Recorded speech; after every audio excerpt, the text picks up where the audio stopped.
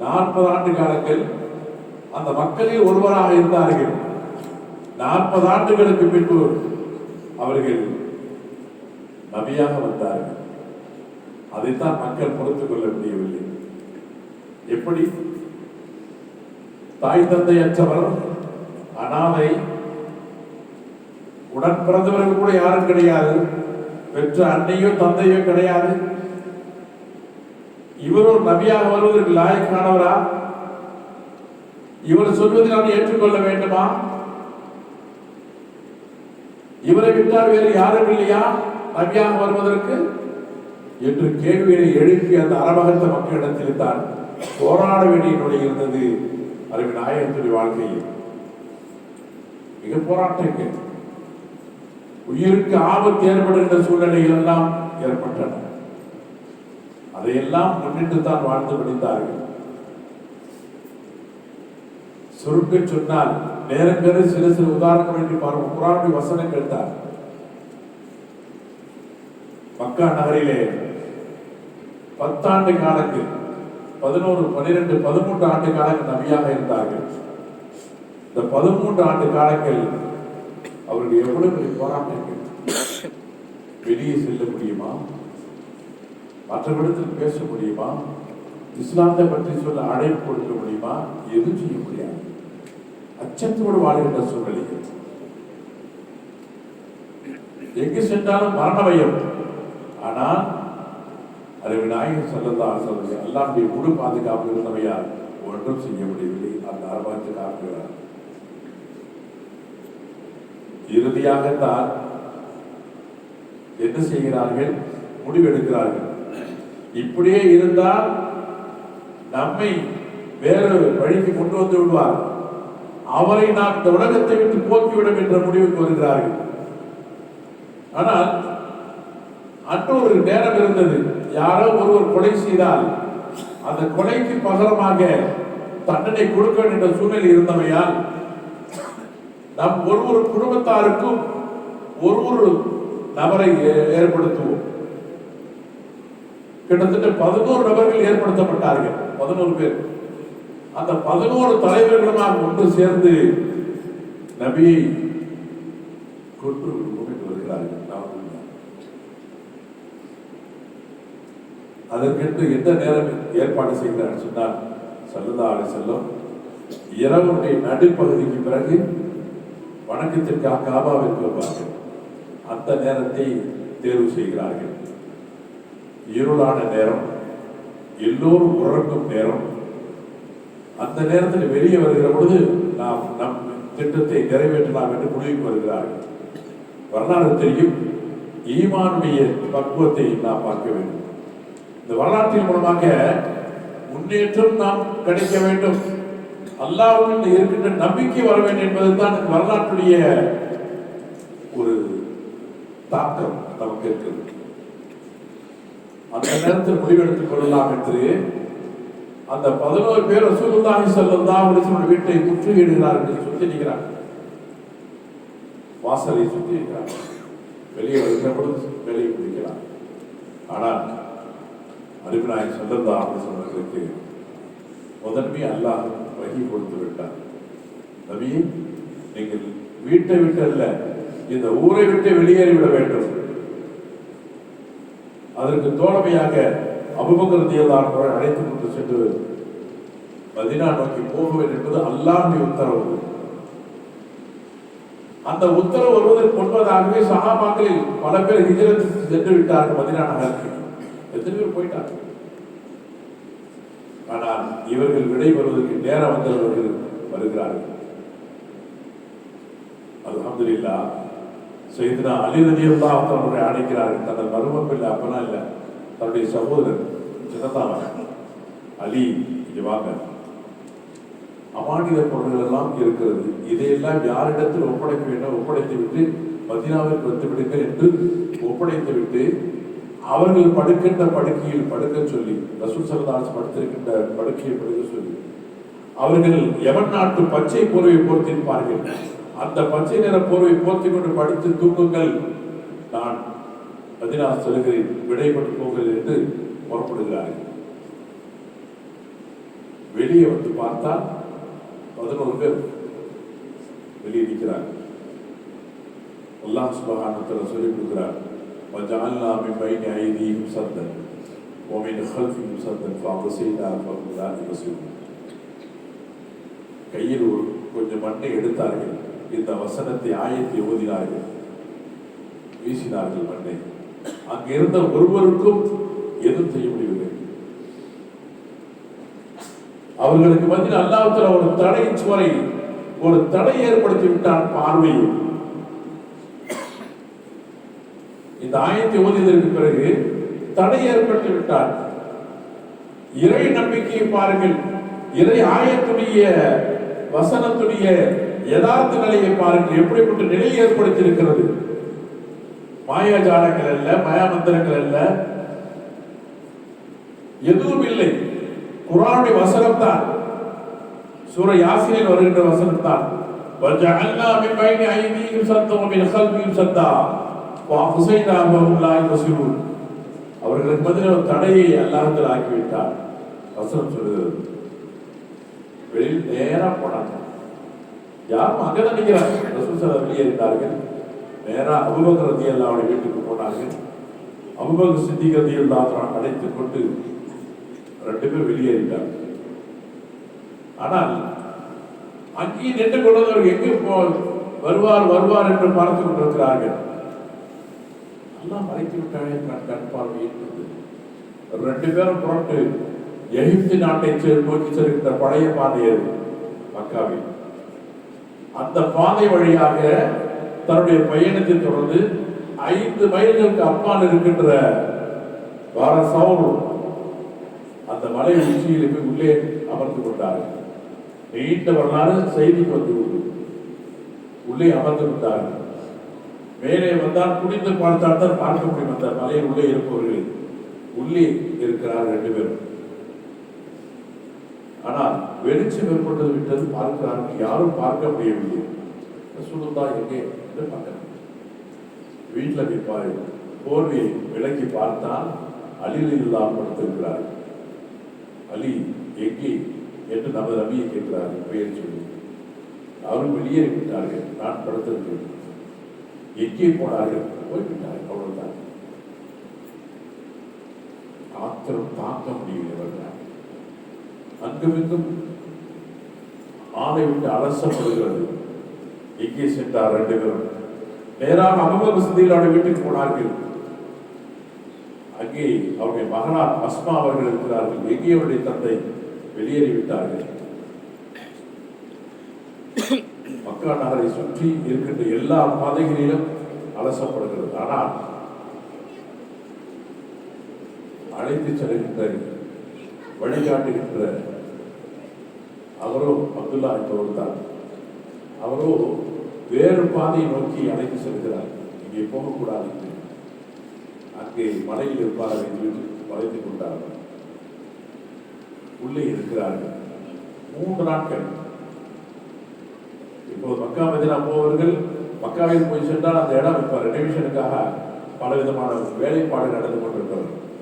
அந்த மலைக்கு அடிவாரத்தில் அங்கேதான் இருக்கிறார்கள்.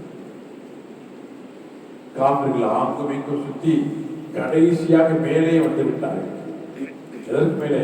ரசூல் ஸல்லல்லாஹு அலைஹி வஸல்லம் கீழே அமர்ந்திருக்கிறார்கள். அதற்கு மேலால் வந்து நிற்கிறார்கள். நன்னுல் ஹமாமு அன் அன்கபுத் அலல் கைரி பையத்தி. அந்த நம் வீட்டில் திருடர்கள் யாரும் வந்துடுவதற்காக அலாம் சிஸ்டம் வீட்டில் வச்சிருக்கோம். வீட்டை முடுக்கினாலோ அல்லது ஏதோ செய்தாலோ அலாரம் அதிகாரம் அலாம் சிஸ்டம். இரும்பு கேட்டுக்கள், எலக்ட்ரானிக் பொருத்தப்பட்ட பூட்டுக்கள், இத்தனையெல்லாம் போட்டுக்கொண்டு உள்ளே படுத்திருக்கிறோம். அதையும் தாண்டி உள்ளே வந்து கொலை நடக்கிறது, திருட்டு நடக்கிறது. ஆனால் ரசூல் ஸல்லல்லாஹு அலைஹி வஸல்லம் அவர்கள் எப்படி பாதுகாத்தார்? ஊதினால் பறக்கும் சிலந்தி வலை, வாயினால் ஊதினால் பறக்கும் சிலந்தி வலை பின்னப்பட்டிருக்கிறது. ஒரு விரலினால் தள்ளிவிட்டால் புறாவின் கூடுகள் கீழே விழுந்துவிடும். புறாக்கள் கூடு கட்டி இருக்கிறது. குச்சிகளை வைத்து புறா அமர்ந்திருக்கின்ற கூடு சிலந்தை பிடிச்சி வாயினால் முதல் நம்ம இதுதான் இருக்கிறது. அல்லாஹ்வுடைய யகீனை பாருங்கள், அல்லாஹ்வுடைய நம்பிக்கையை பாருங்கள். இந்த ஹிஜ்ரத்தின் மூலமாக கிடைக்கப்படுகின்ற பாடம் என்னவென்றால், அல்லாஹ்வுடைய பாதுகாப்பிற்கு இணையாக யாரும் பாதுகாக்க முடியாது. அவருடைய முழு பாதுகாப்பு வந்துவிட்டால் யாருக்கு அவன் பாதுகாக்கவில்லை, நம்மை விட்டு விட்டார் என்று சொன்னால் யாரும் பாதுகாக்க முடியாது. அதுதான் இந்த பாடம், அதுதான் சொல்லிக் கொடுக்கிறது. ஹிஜ்ரத்துடைய பாடம். பேசுகிறார்கள், மேலே காஃபிர்கள் என்று பேசிக் கொண்டிருக்கிறார்கள். இங்கே உள்ளே இருப்பதற்கு வாய்ப்பில்லை. குர்ஆன் கூடு கட்டி இருக்கிறது, சிலந்தி வளைத்து இருக்கிறது, எப்படி உள்ளே இருக்க முடியும்? அவர்களே முடிவு எடுத்துக் கொண்டிருக்கிறார்கள். ரசூலுல்லாஹி ஸல்லல்லாஹு அலைஹி வஸல்லம் இடத்திலே, யா ரசூலுல்லாஹ், காஃபிர்கள் மேலே வந்து விட்டார்கள். அல்லாஹ் குர்ஆனிலே சொல்லிக் கொடுக்கிறார், பாருங்கள். சானியஸ்னைனி இதுஹுமா ஃபில் வார். வார் என்ற அந்த குகையிலே ரெண்டு பேர் இரண்டாவதாக இருந்தவர் சொல்லுகிறார். யார்? அபூபக்கர் சொல்றாங்க. இது யகூலி ஸாஹிபிஹி, தன்னுடைய தோழரிடத்திலே ரசூலுல்லாஹி ஸல்லல்லாஹு அலைஹி வஸல்லம் சொன்னார்கள். என்ன சொன்னார்கள்? லா தஹஸன் இன்னல்லாஹ மஅனா. அபூபக்கர் அவர்களே, கவலைப்படாத, நம்மோடு அல்லாஹ் இருக்கிறார். அவ்வளவுதான். ஃபஅன்ஸலல்லாஹு ஸகீனத்தஹு அலைஹி. அது மட்டுமல்ல, இன்னொரு வார்த்தை அல்லாஹ் சேர்த்து சொல்கிறார். அவர்களுக்கு மன நிம்மதி அல்லாஹ் கொடுத்தார் என்று சொல்கிறார். மன அமைதி. உள்ளே குடிந்து பார்த்து விட்டால் கொலை நடக்கும். அங்கே இரண்டு பேரும் மத்திய ரெண்டு பேருடைய தலைகள் உருட்டப்படும். ஆனால் அல்லாஹ் சுப்ஹானஹு வ தஆலா என்ன செய்கிறார்? முழு பாதுகாப்பை வழங்குவதோடு அங்கே நம்மோடு அல்லாஹ் இருக்கிறார் சொல்லுகிறார் ஸல்லல்லாஹு அலைஹி வஸல்லம். அமைதியை அல்லாஹ் தந்திருக்கிறார். குர்ஆனில் வரக்கூடிய ஆயத்தில் எடுத்து பாருங்கள். சூரா தௌபாவில் இடம்பெற்றிருக்கிறது 40வது ஆயத்து. அன்பானவர்களே, இப்படிப்பட்ட அசைக்க முடியாத நம்பிக்கை எப்போது வர வேண்டும் என்றால், நம்முடைய கஷ்ட நஷ்டங்கள் நம்மை அணுகும் பொழுது அசைக்க முடியாத நம்பிக்கை வேண்டும். அந்த அசைக்க முடியாத நம்பிக்கை அல்லாஹ்வே வைத்திருந்தால் அவன் உதவி செய்து விடுவார். தந்தா தட்ட தராட்டி போவான், அதுவெல்லாம் தருவான். முழு நம்பிக்கை. அப்போது சித்திக்குல் அக்பர் அபூபக்கர் சித்திக் ரலியல்லாஹு அன்ஹு சொன்ன உடனே அமைதியாக இருந்தார். அவர்களே பேசிக்கொண்டு கீழே இறங்கி விட்டார்கள். கீழே இறங்கி விட்டார்கள். ஒன்று பேச அங்கே 3 நாட்கள் இருந்தார்கள். 3 நாட்களும் அஸ்மா ரலியல்லாஹு அன்ஹா அவர்கள் அபூபக்கருடைய மகனார் உணவு கொண்டு கொடுப்பது வழக்கம். இரவு நேரத்தில் இப்படியாக இருந்துவிட்டு தான் மதீனா நோக்கி போகிறார்கள். இந்த பயணத்துடைய துவக்கம் சஃபர் மாதம் பிறை 27ஆம் நாள் தொடங்கியது. சஃபர் மாதம் 27, ரபியுல் அவல் மாதம் உள்ளே நுழைகிறார்கள் மதீனா முனவ்வராவில். நீங்கள் கேட்கலாம், அவ்வளவு முஹர்ரம் அன்னைக்கு எல்லாம் ஹிஜ்ரத்துக்கு போனார்கள் என்று நாம் கேட்கலாம். சஃபரிலே தொடங்கி ரபியுல் அவல் நுழைந்ததுதான் வரலாறு. இது எப்படி இதற்கும் அதற்கு ஒத்து போகிறது, வேறுபாடாக வல்லவா இருக்கிறது என்று நாம் நினைக்கலாம். ஆம், ஹிஜ்ரத் என்பது நமக்கு கிடைக்கப்பட்ட கேலண்டர், நாள் காட்டி. முஹர்ரம் முதல் மாதம் முதல் பிறை, அன்றிலிருந்து ஒரு மாதம் முடிந்துவிட்டால் சஃபர், அடுத்தது ரபியுல் அவ்வல், ரபியுல் ஆஹிர், இப்படியாக துல்ஹஜ் மாதம் முடிகிறது வரலாறு, மாதக்கணக்கு. இந்த ஹிஜ்ரத் என்பது முதல் தேதியாக எப்போது யாரால் உருவாக்கப்பட்டது என்று சொன்னால், சையதுனா உமர் கத்தாப் ரலியல்லாஹு அன்ஹுடைய ஆட்சி காலம், அவர்களுடைய ஜனாதிபதியாக இருக்கின்ற பொழுது தேதி போடுவதில் வழி இல்லாமல் இருந்தது. முதல் மாதம் எது, 2வது மாதம் என்று தெரியாது, வருட கணக்கு தெரியாது. அப்போது முடிவெடுக்கப்பட்டதுதான் எதை மையமாக வைத்து நாம் கொண்டு வர வேண்டும். ஈசா அலைஹிஸ்ஸலாம் பிறந்ததை மையமாக வைத்து 2026 ஆண்டுகளாக விட்டது என்று அவர்கள் சொல்லிக் கொண்டிருக்கிறார்கள். ஒவ்வொன்றை மையமாக வைத்து ஒரு கேலண்டர் வைத்திருக்கிறார்கள். நாம் எப்படி வர வேண்டும்? ரசூலுல்லாஹ் பிறந்த தேதியில் வைத்துக் கொள்வோமா? வேண்டாம். கிறிஸ்தவர்கள் இருக்கிறார்கள். ஸல்லல்லாஹு அலைஹி வஸல்லம் அவர்கள் மௌத்தா போன தேதியை மையமாக வைத்துக் கொள்ளலாமா? வேண்டாம்.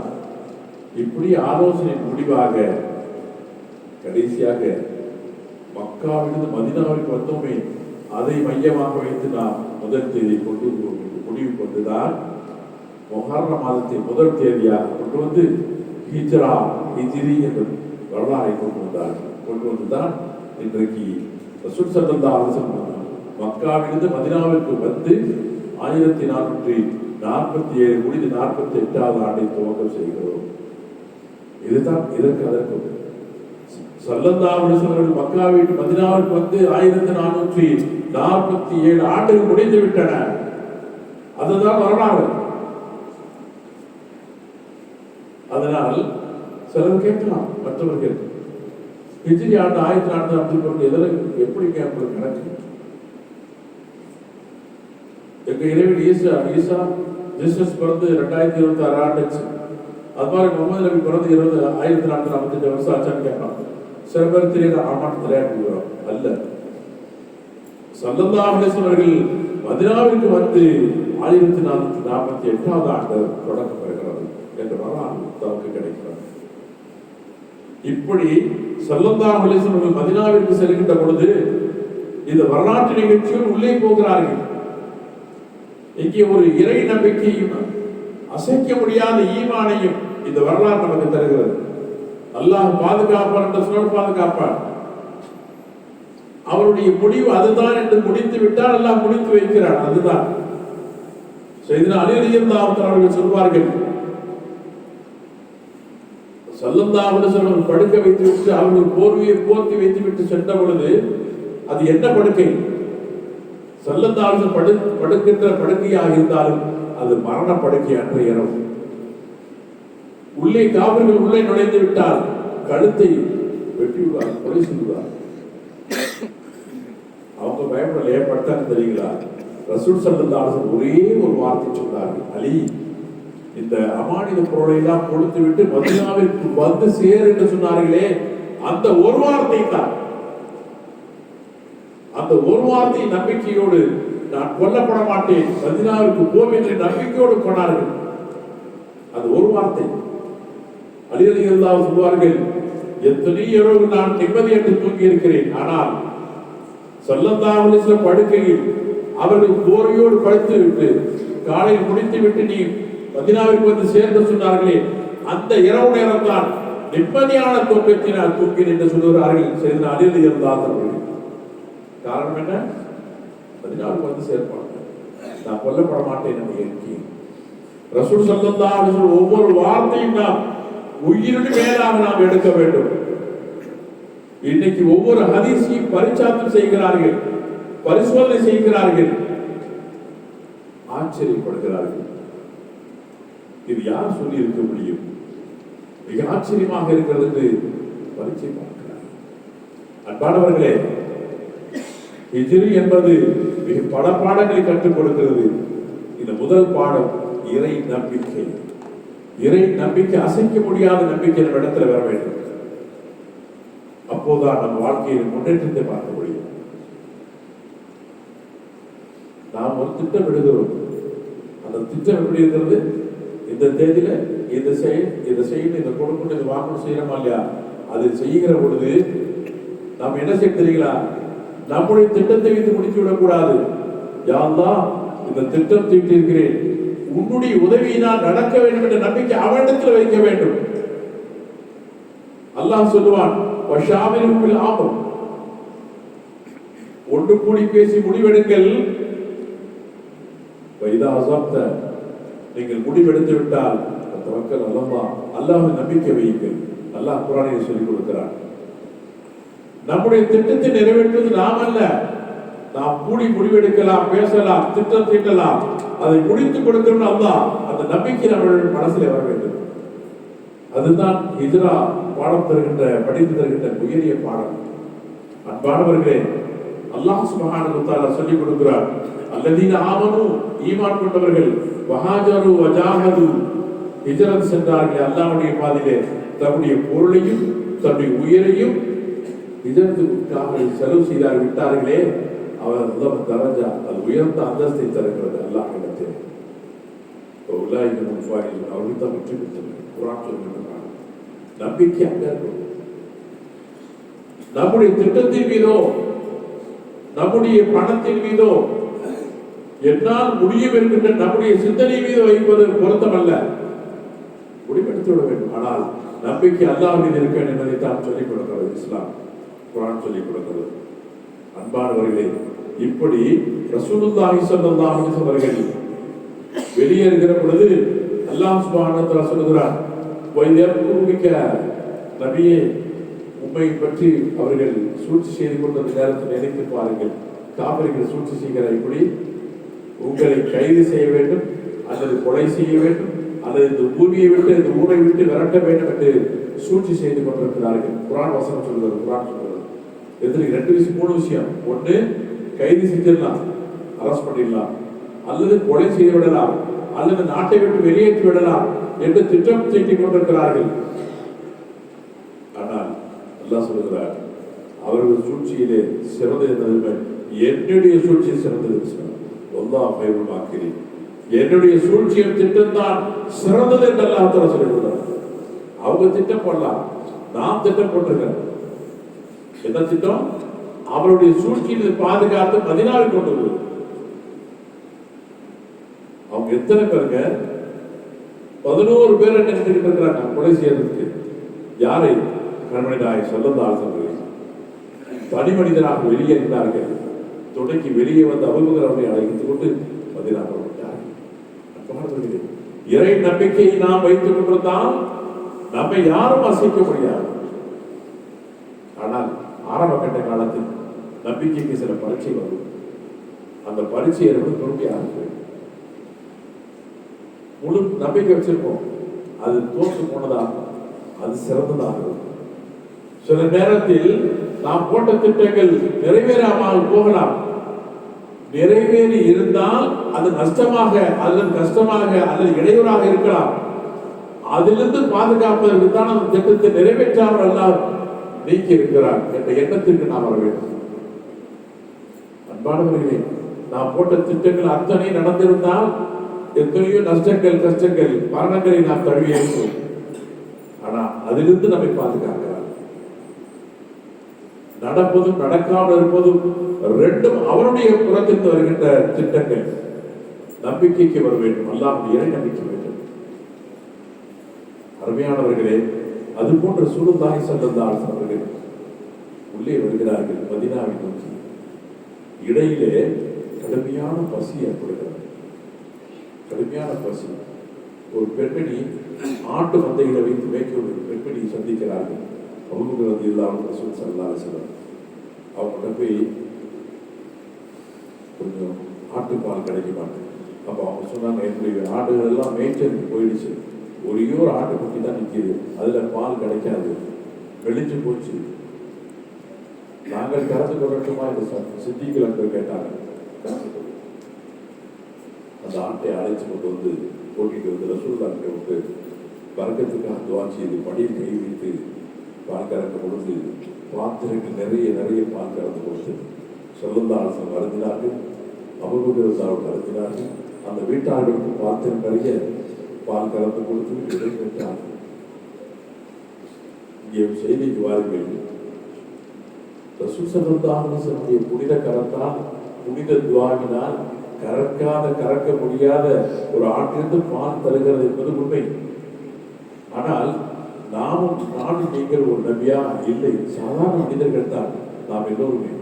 ஆனால் நம் வாழ்க்கையில் சில சிக்கல், சிரமங்கள் ஏற்படலாம்.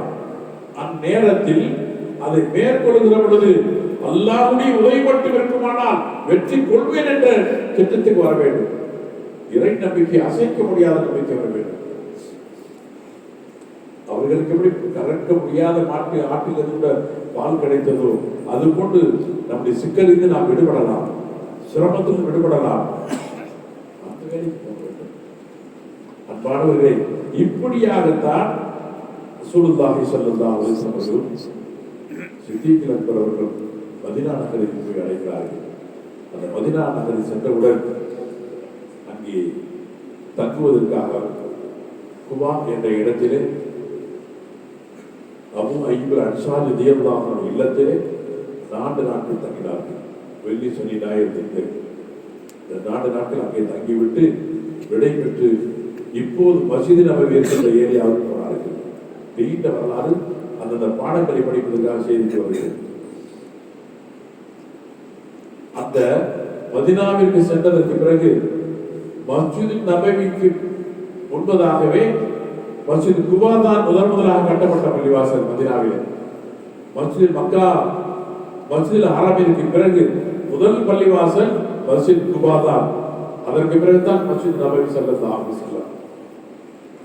அன்பானவர்களே, அந்த மஸ்ஜித் குபாவில் தொழுகை நடத்தி கொண்டும் தொழுது கொண்டும் 4 நாள் இருந்துவிட்டு போகின்ற வழியிலே வெள்ளிக்கிழமை மீண்டும் ஏற்பட அந்த இடத்தில் ஜும்மா தொழுதார்கள் ஸல்லல்லாஹு அலைஹி வஸல்லம். இன்னைக்கு அந்த இடத்துல மஸ்ஜித் நபவிக்கு மஸ்ஜித் குபாவுக்கு இடையில ஜும்மா பள்ளிவாசல் மஸ்ஜித் ஜும்மான்னு ஒரு பள்ளிவாசல் இருக்கு. அது ஓரமாக யாரும் பார்க்க முடியாது. அங்கேதான் முதலாக மதீனாவில் ஜும்மா நடத்தினார்கள் ஸல்லல்லாஹு அலைஹி வஸல்லம். அதற்கு பிறகுதான் மஸ்ஜித் நபவி பள்ளிவாசலுக்கு போனார்கள். ரசூலுல்லாஹி ஸல்லல்லாஹு அலைஹி வஸல்லம் இந்த அசைக்க முடியாத நம்பிக்கையினாலும் சஹாபாக்கள் குறைசூழ கூட்டங்கள் மாறியது. இதே அடிப்படையில் சஹாபாக்கள் எப்படிப்பட்ட நிலையை மாறினார்கள் பாருங்கள். உதாரணத்திற்கு நாம் எல்லோரும் அடிக்கடி பேர் கேட்கின்ற அபூ ஹுரைரா ரலியல்லாஹு அன்ஹு எடுத்துக்கொள்ளுங்கள். அபூ ஹுரைரா ரலியல்லாஹு அன்ஹு அவர்கள் ரசூல் ஸல்லல்லாஹு அலைஹி வஸல்லம் அவர்களோட எத்தனை வருஷம் இருந்தாங்க தெரியுங்களா? 4 வருஷம் தான் இருந்தாங்க. 4 வருஷம் கூட இருந்தாங்க. வியாபாரத்துக்கு போக மாட்டாங்க, விவசாயத்துக்கு போக மாட்டாங்க. ரசூலுல்லாஹ் வீட்டுக்கு பின்னாலே மஸ்ஜித் இருக்கும். அஸ்ஹாபு சுஃபான் சொல்லி மஸ்ஜித் நபவியில ரவுதா ஓரத்துல சஹாபாக்கள் படுத்த இடம் ஒரு இடம் இருக்கு இல்லவா, அங்கேதான் படுத்து கிடப்பாங்க. எப்ப பார்த்தா அங்கதான் இருப்பாங்க. விடா முயற்சியும் ஸல்லல்லாஹு அலைஹி வஸல்லம் இடத்திற்கு சொல்லுகின்ற வார்த்தை கேட்க வேண்டும் என்ற தாகத்தாலும் இஸ்லாத்தை ஏற்று நாம் அமல் செய்ய வேண்டும் என்ற உயர்ந்த நோக்கத்தாலும் அங்கே இருந்து இஸ்லாத்தை படித்துக் கொண்ட காரணத்தால் இன்றைக்கு ஹதீஸ் ஷரீஃப்ல எந்த கிதாபுல எடுத்தாலும் சரி அவருடைய ஹதீஸ் தான் முதன்மையாக இருக்கிறது. ஏறக்குறைய 5374 ஹதீஸ்கள் அவர்கள் அறிவித்திருக்கிறார். ரசூல் ஸல்லல்லாஹு அலைஹி வஸல்லம் சொல்ல நான் கேட்டிருக்கிறேன். ரசூலுல்லாஹி ஸல்லல்லாஹு அலைஹி வஸல்லம் அவர்கள் சொன்ன நான் கேட்டிருக்கிறேன் சொல்லி 5374 ஹதீஸ்கள் நமக்கு சொல்லி இருக்கிறார்கள். ஆயிஷா 2000 ஹதீஸ் சொல்லி இருக்கிறாங்க. அபூ ஹுரைரா சொல்லுவாங்க, 3ல ஒரு பகுதி தான் அவங்க சொல்லி இருக்கிறேன், பாக்கி 2 பகுதி நான் சொல்லல. எவ்வளவு பெரிய கல்வியானங்கள், எவ்வளவு பெரிய மாற்றங்கள், எவ்வளவு பெரிய முன்னேற்றங்கள். ஸல்லல்லாஹு அலைஹி வஸல்லம் அவரோடு இருந்தமையா அபூ ஹுரைரா ரலியல்லாஹு அன்ஹு அவருடைய வாழ்க்கை எவ்வளவு பெரிய மாற்றத்தை கொண்டு வந்து விட்டது, எவ்வளவு பெரிய முன்னேற்றத்தை கொண்டு வந்து விட்டது. அவங்க அம்மா இஸ்லாத்தில் சேரல, ரொம்ப கஷ்டப்படுத்தினாங்க. நான் இஸ்லாத்துக்கு வரமாட்டேன் அப்படின்னு சொன்னாங்க. ரசூலுல்லாஹ் சொன்னாங்க, யார் சொல்லலாம், என்னுடைய தாயார் இப்படியெல்லாம் செய்யறாங்க, என்னை மறுக்கிறாங்க, இஸ்லாத்தை ஏற்றுக்க மாட்டேங்கிறாங்க, உங்களையும் பேசுகிறார்கள். ஒரு நாள் சொல்லிக்கிட்டே அந்த உடனே சொன்னாங்க ரசூலுல்லாஹி சொல்லுவாங்க, அல்லாஹ் அவர்களுக்கு ஹிதாயத்தை வழங்குவானா. உடனே என்ன செஞ்சாங்களா, அபூ ஹுரைரா ரலியல்லாஹு அன்ஹு ரசூலுல்லாஹ் சொன்ன வார்த்தையை உடனே பார்க்க வேண்டும் என்று நேராக வீட்டுக்கு போறாங்க. அவர்கள் குளித்து சுத்தமாகி நல்ல ஆடையை உடுத்திக்கொண்டு கதவை திறக்கிறார்கள். அஷ்ஹது அல்லா இலாஹா இல்லல்லாஹ் வ அஷ்ஹது அன்ன ரசூலுல்லாஹ் கலிமா சொல்கிறார்கள். அபூ ஹுரைரா ரலியல்லாஹு அன்ஹு அம்மா உடனே இஸ்லாத்தை ஏற்றுக்கொண்டாங்க. எவ்வளவு முன்னேற்றங்கள், எவ்வளவு பெரிய மாற்றங்கள். 4 ஆண்டு காலத்தில் எத்தனை ஆயிரம் ஹதீஸ் நமக்கு வழங்கி இருக்கிறார்கள். மதீனாவிலே அவர்கள் ஹிஜ்ரத்தினோடு அங்கே இருந்தமையா இவ்வளவு பெரிய முன்னேற்றத்திற்கு காரணமானது ஒரு சஹாபியின் மூலமாக. அதே நேரத்தில் அபூ ஹுரைரா ரலியல்லாஹு அன்ஹு வரலாற்றில் ஒரு முக்கியமான ஒரு அங்கம் ஒன்று இருக்கிறது. ஒரு நாள் அவங்க வேலைக்கு போகாதனால அடிக்கடி ரசூல்லாட்ட சொல்ல பசிக்குது யாரும் சொல்றாரு. அப்போ ஒரு பையை எடுத்துருவாங்க அப்படின்னா, தோல்ல மாட்டிக்கிறாங்க, ஒரு பையை எடுத்துருவாங்க. எடுத்துட்டு வந்தோடனே ஒரு புடி பயிற்சி மரத்தை எடுத்து பையில போட்டு இதில் எப்பெல்லாம் தேவைப்படுதோ அப்பெல்லாம் கையை விட்டு பேரிச்ச மரத்தை சாப்பிட்டுட்டாங்க, கொடுத்துட்டாங்க. ஆனா கொட்டாத கீழே கையை விட்டு எழுந்தாங்க. அதே மாதிரி எப்போ வந்தாலும் கையை விடுவாங்க, அவங்க தேவையான பேரிச்ச மரத்துக்கு சாப்பிடுவாங்க. எப்போ பார்த்தாலும் கையை விட்டு எழுத முடியாது. ரசூல் ஸல்லல்லாஹு அலைஹி வஸல்லம் பிறகு அந்த பை தான் வச்சிருந்தாங்க. அபூபக்கர் ஆட்சி காலத்தில் அந்த பை தான் இருந்தது. உமர் ரலியல்லாஹு ஆட்சி காலத்தில் இருந்தது. உஸ்மான் ரலியல்லாஹு ஆட்சி காலத்தில் அந்த பை வைத்திருந்தார்கள். இப்ப கணக்கு பண்ணி பாருங்க. அபூபக்கர் 2 வருஷத்துக்கு மேல இருந்தாங்க, உமர் 9 வருஷத்துக்கு மேல இருந்தாங்க, உஸ்மான் 11 வருஷத்துக்கு மேல இருந்தாங்க. ரசூலுல்லாஹி கையில இருந்த எத்தனை ஆண்டுகள் பாருங்க. அவங்கள்ட்ட கேட்டாங்க, அத்தனை எப்போதெல்லாம் நாடும் சாப்பிடும் எங்க பக்கத்துல இருக்கணும் எடுத்து கையில கொடுப்பேன், பேரிச்ச கையை விட்டாங்க. யாருடைய துவா இருக்குதுங்க? ரசூல் ஸல்லல்லாஹு அலைஹி வஸல்லம் துவா இருக்குதுன்னா அந்த பேரித்தப்படை பையை அப்படி கையில இருந்துச்சு. ஒரு தோராயமா சொல்லுங்களேன், அபூஹுரைரா எவ்வளவு நீங்க சாப்பிட்டுருப்பீங்க? 20 கூடையாவது இருக்கலாம். 20 கூட நான் சாப்பிட்டிருப்பேன், 20 கூட பெரிய கூட சொல்றாங்க. உஸ்மான் கொலை செய்யப்பட்ட நேரத்துல அந்த பை எங்கே வச்சுட்டு வந்தாங்க கிளம்பிச்சு. எவ்வளவு தேடி பார்த்தா கிடைக்கல. அப்போ அபூஹுரைரா சொல்லுவாங்க, எனக்கு உஸ்மான் மௌத்து நேரத்துல எல்லோருக்கும் ஒரு கவலை, எனக்கு 2 கவலை.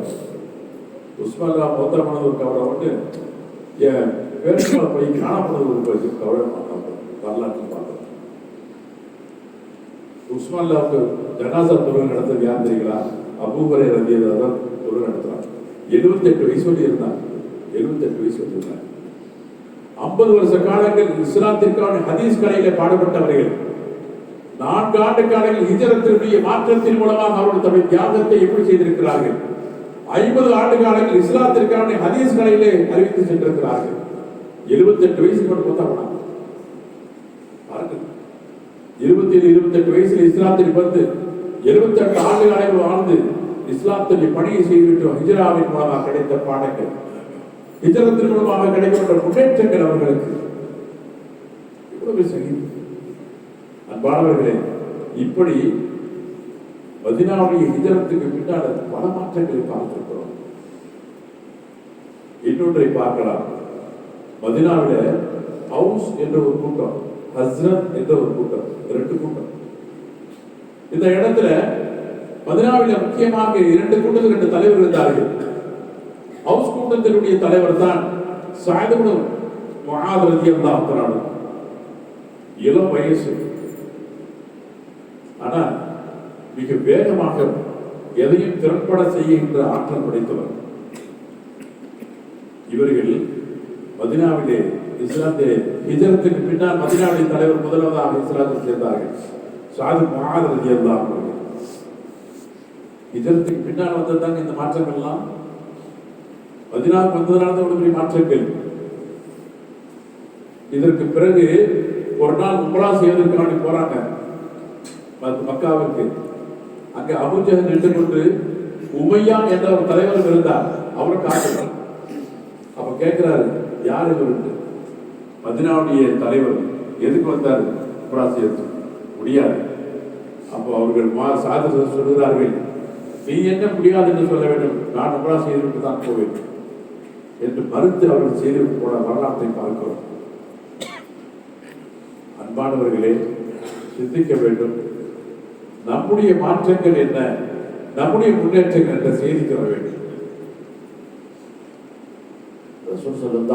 மக்காவிலிருந்து மதீனாவிற்கு வந்தமையா பல முன்னேற்றங்கள் மதீனாவிலும் மதீனா சுற்றி இருக்கின்ற வட்டாரங்கள் எல்லாம். ஆனால் நாம் நம்முடைய வாழ்க்கையில் எந்த முன்னேற்றத்தை பற்றி நாம் பேசிக் கொண்டிருக்கிறோம்? எதுவும் போட்டதில்லை. நம்மள பல பேர் அல்லாஹ் நாடு நடக்கட்டும் என்று சாப்பிடுறோம்.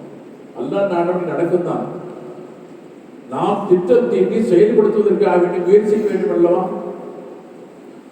ஒன்று படிப்பு துறையில், பொருளாதார துறையில், அல்லது வேறு எந்த துறையிலேயாவது முயற்சி செய்தால் தானே கிடைக்கும். முயற்சிக்காம எப்படி நம்முடைய திட்டம் நிறைவேறும்? குர்ஆனில் அழகாக சொல்வார், இல்லாமா சஹா முயற்சித்தால் தான் கிடைக்கும். அல்லாஹ் முயற்சிக்க முடியும். ஸல்லல்லாஹு அலைஹி வஸல்லம் மக்காவிலிருந்து மதீனாவுக்கு ஹிஜ்ரத்துக்கு போனதற்கு பிறகுதான் இவ்வளவு பெரிய மாற்றங்கள். யா அல்லாஹ், மக்காவை நீ சங்கைப்படுத்தி இருக்கிறாய், ஹரமாக ஆக்கியிருக்கிறாய், நான் மதீனாவை ஹரமாக ஆக்கிறேன் என்று சொன்னார்கள். அந்த மதீனத்து பூமியை சங்கைப்படுத்தி இருக்கிறார்கள். நாம் நம் வாழ்க்கையை சங்கைப்படுத்துவது என்றால் படிப்பும் பணமும் நமக்கு தேவை, ரெண்டும் தேவை. முதலாவதாக முதல் காலங்கள் கல்வித்துறையின் மேம்பாடு காண வேண்டும். அந்த படிப்பு மூலமாக பொருளாதாரத்துறை துறைக்கு மேம்பாடு காண வேண்டும். இஸ்லாம் காட்டுகின்ற வழியோடு சேர்த்து வாழ்வதற்கு முயற்சிக்க வேண்டும். அப்போதுதான் நம்முடைய வாழ்க்கையை முன்னேற்றத்தை பார்க்க முடியும். இல்லை என்றால் நடக்கிறது நடக்கட்டுமே, போறது போகட்டும் என்று பேசிக்கொண்டே அமர்ந்திருப்போம். அது வாழ்க்கை அல்ல, அது வாழ்க்கை அல்ல. இஸ்லாம் காட்டுகின்ற முன்னேற்றம் அல்ல. இஸ்லாம் சோம்பேறிகளை வரவேற்கவில்லை. இஸ்லாத்திற்கும் சோம்பேறித்தனத்திற்கும் ஒத்து வராது. ரசூல் ஸல்லல்லாஹு அலைஹி வஸல்லம் அடிக்கடி சொல்வார்கள், என்னுடைய சோம்பேறித்தனத்தில் எங்களை பாதுகாப்பாயாக துஆ செய்வார்கள்.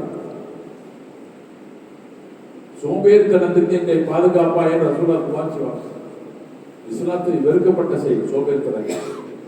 சுறுசுறுப்பும் ஆக்கமாக நடக்கின்ற, ஊக்கமாக செயல்படுகின்ற காலங்கள் தான் நமக்கு தேவை. அதனால் 1440 நம்ம வீட்டு விடை பெற்று 48 நம்ம வருகிற பொழுது நாம் என்ன செய்ய வேண்டும் என்றால், இந்த ஆண்டில் இதையெல்லாம் செய்ய வேண்டும். படித்து முடித்து விட்டோம், வேலைக்கு போக வேண்டும். அல்லது இந்த பொருளாதார பணத்தை சேர்த்திருக்கோம், பிசினஸை தொடங்க வேண்டும். அல்லது வீடு வாங்க வேண்டும். அல்லது திருமண வாழ்க்கையை நாம் காலெடுத்து வைக்க வேண்டும், திருமணம் முடித்து வைக்க வேண்டும், முடிக்க வேண்டும். பெற்றோர்களோடு கலந்துரையாடி பேசி முடிவெடுக்க வேண்டும் என்ற மேம்பாடு காணுகின்ற முன்னேற்றத்திற்குண்டான பாதையை நாம் தேட வேண்டுமே தவிர நடக்கிறது என்றால் முன்னேற்றத்திற்குண்டான வழியை தேட வேண்டும். அன்பானவர்களே, ஆகவே நம்முடைய வாழ்க்கையில் எது எப்படி இருக்கும் கூட அல்லாஹ்வுடைய உதவியோடு நாம் தொடங்கினால் நிச்சயமாக முன்னேற்றத்தை காண முடியும். நம்முடைய சொந்த அறிவிலையும் என்னுடைய சொந்த முயற்சியால்தான் நடக்கும் என்று நம் மீது நம்பிக்கை வைத்திருந்தால் ஒரு காலம் நடக்காது, தோற்று போய்விடுவோம். செயல்படுவது நாம இருக்க வேண்டும், முடித்து தருவது அவனாக இருக்க வேண்டும் என்ற நம்பிக்கை இருக்க வேண்டும். எனவே இந்த ஹிஜ்ரத்தின் மூலமாக நம்முடைய செயல்பாடுகள், நம்முடைய அமல்கள் எல்லாம் அவனின் மூலமாக கிடைக்கிறது என்ற நோக்கம் இந்த வரலாற்றின் மூலமாக கிடைக்கும் என்ற பாடம் என்றால், நம்பிக்கையும் திட்டம் தீட்டுதலும் அவன் மூலமாக நடந்தேறுகிறது என்ற கொள்கைக்கு வருகின்ற நல்ல நோக்கத்தோடு செயல்படுவதாக அல்லாஹ் சுப்ஹானஹு வ தஆலா அப்படிப்பட்ட நல்ல சிந்தனையை கொடுத்து நம்மை பாதுகாப்பானாக. அன்பானவர்களே,